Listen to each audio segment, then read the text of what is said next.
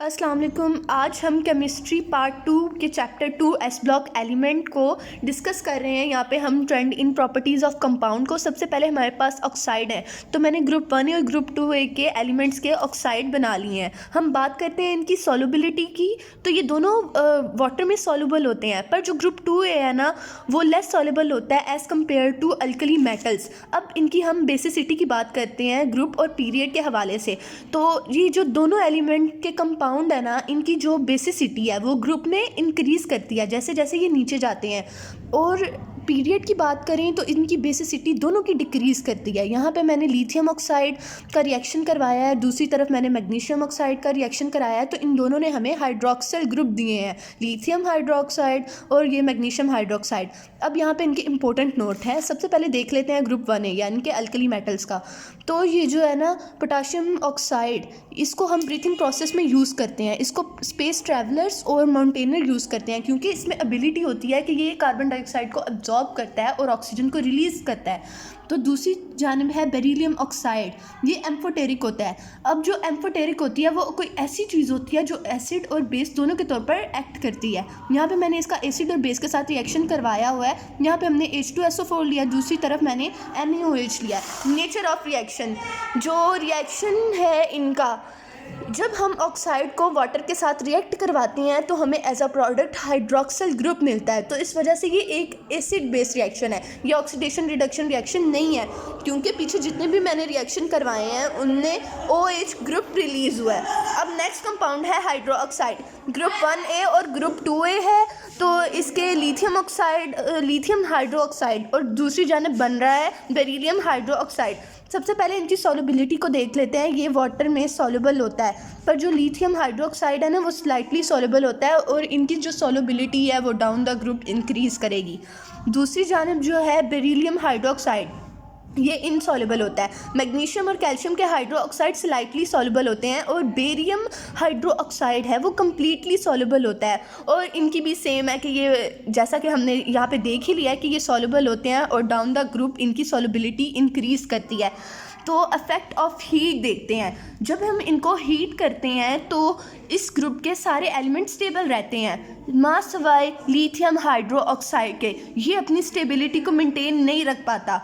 और दूसरी तरफ है कि ये जब हम ग्रुप 2A के एलिमेंट को हीट करते हैं तो ये डिकम्पोज हो जाते हैं और ये सस्पेंशन वाला सोल्यूशन देते हैं।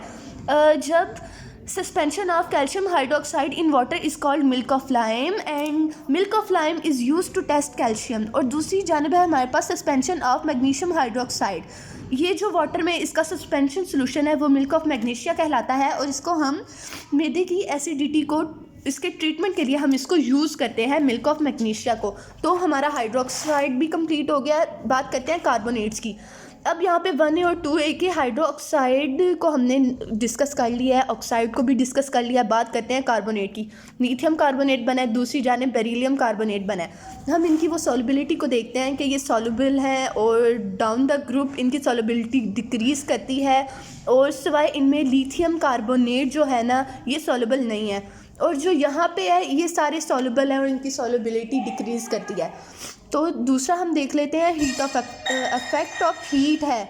तो जो ये है ना लिथियम कार्बोनेट है वो स्टेबल नहीं रहता, और जो दूसरे बाकी एलिमेंट है ना, हम बात करते हैं सोडियम, पोटाशियम, रुबिडियम और सीजियम की, तो ये स्टेबल रहते हैं जब हम इनको हीट करते हैं। यहाँ पे देखा ना कि ये लिथियम का ऑक्साइड और इसने कार्बन डाइऑक्साइड को रिलीज़ कर दिया। दूसरी तरफ देखते हैं कि जब हम अल्कली अर्थ मेटल को हीट करते हैं तो ये डिकम्पोज होते हैं, और यहाँ पे इसने हमें कैल्शियम ऑक्साइड और कार्बन डाइऑक्साइड का रिलीज़ दिया है। यहाँ पे एक नोट है, और ये बहुत इंपॉर्टेंट क्वेश्चन भी है कि जब हम इसको सोडियम कार्बोनेट को हीट करते हैं बिलो द 3.25 सेंटीग्रेड, तो ये हमारे पास वॉशिंग सोडा हमें देता है, यानी कि Na2CO3.10H2O वाटर की 10 मॉलिक्यूल्स देता है। तो ये जो हमारे पास फार्मूला है ना, इसको हम वॉशिंग सोडा कहते हैं, और ये MCQs के तौर पर भी आता है। और जब हम इसको सोडियम कार्बोनेट को हीट करते हैं बिलो द 13.2 डिग्री सेंटीग्रेड, तो ये हमें देता है Na2CO3.H2O, जिसको हम वाइट पाउडर की फॉर्म में हम इसको एज अ प्रोडक्ट लेते हैं। तो यहाँ पे जो था ये भी हमारा कंप्लीट हो गया कार्बोनेट का। और ये जो नाइट्रेट्स हैं, यानी कि जो नाइट्रोजन के नतीजे में जो बनते हैं हमारे पास नाइट्रेट्स, वो वाले कंपाउंड, तो ये दोनों जो हैं वो सॉल्युबल हैं वाटर में। और इनकी जो नेचर है, इनके प्रोडक्ट की नेचर, तो उसको हम देख लेते हैं कि जो सबकी नेचर सेम है सिवाय इसके लिथियम के। इसकी जो है नेचर है वो सबसे डिफरेंट होती है। और यहाँ पे हमारे पास मैग्नीशियम, कैल्शियम, बेरियम का जो प्रोडक्ट है इसकी नेचर डिफरेंट है। ये हमें ये जो थी नाइट्रोजन गैस देता है और साथ में हमें ऑक्सीजन गैस का रिमूवल ये हमें देता है जब ये रिएक्शन होता है और इसका वो प्रोडक्ट बनता है।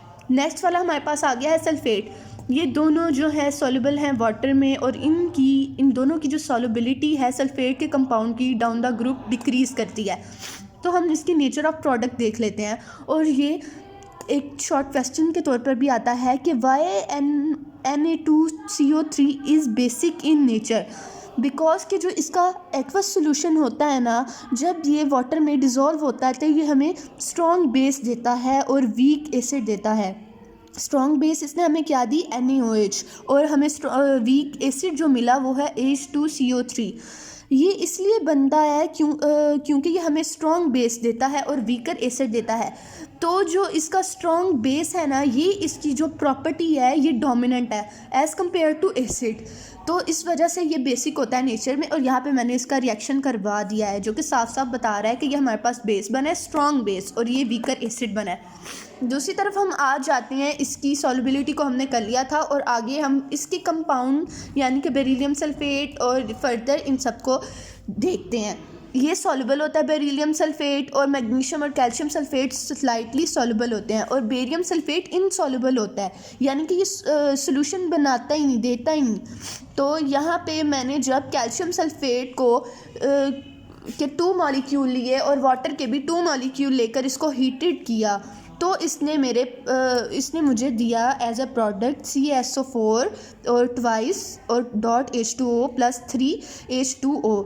ये फार्मूला है प्लास्टर ऑफ पेरिस का, और इसमें 3/4 ऑफ 4 वाटर मॉलिक्यूल के रिलीज़ होता है, जो कि यहाँ पे हमें रिएक्शन में हम देख सकते हैं। अब आगे हम इसके यूजेस देखते हैं कि प्लास्टर ऑफ पेरिस, ये जो इसका फार्मूला है ये बहुत ही इंपॉर्टेंट MCQs है। और साथ ही साथ जो प्लास्टर ऑफ पेरिस है वो बोन फ्रैक्चर में यूज़ होता है, और जो वाइट बोर्ड हैं उनकी ये प्रिपरेशन में भी यूज़ होता है प्लास्टर ऑफ पेरिस। और जो हमारे घरों में लकड़ी वगैरह की चीज़ें होती हैं, जिस तरह प्लाई जिसको कहते हैं, ये उसमें भी यूज़ होता है प्लास्टर ऑफ पेरिस।